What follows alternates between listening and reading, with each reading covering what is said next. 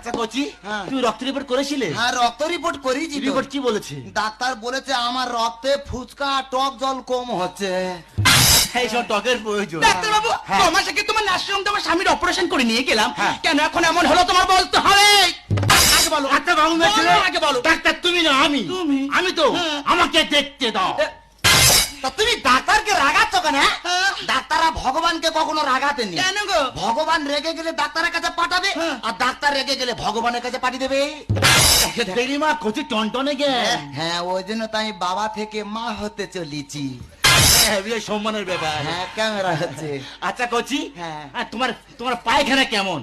আর গরিব মানুষের পায়খানা কেমন হবে ডাক্তার বাবু? বলে দাও। ওই তিন দিকে ছেঁড়া চট দিয়ে ঘেরা, হ্যাঁ। আর চট কম পড়েছিল তো, ওই জন্য ঘরের বেড কভার নিয়ে পায়খানার গেটটা করে দিয়েছি।